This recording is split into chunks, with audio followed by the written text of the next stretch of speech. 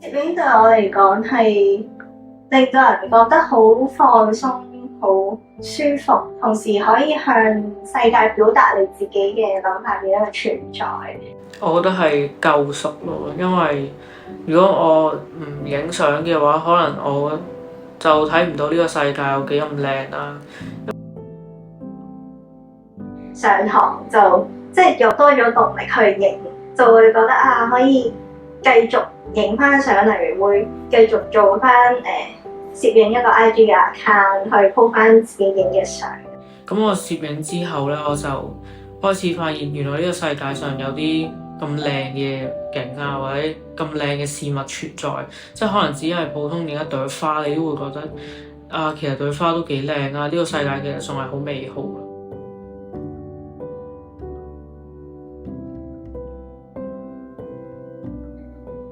攝影係一個可以好傳達到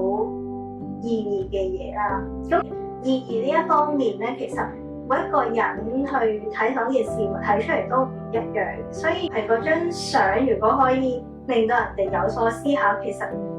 即係已經好足夠咯。我諗每個人都會有佢自己嘅一個答案。我覺得攝影係我抒發壓力嘅一種渠道啦。我會一直咁樣影落去，跟住就可能到我老死嗰日，有可以俾我啲後代睇到我以前嗰啲睇到嘅畫面，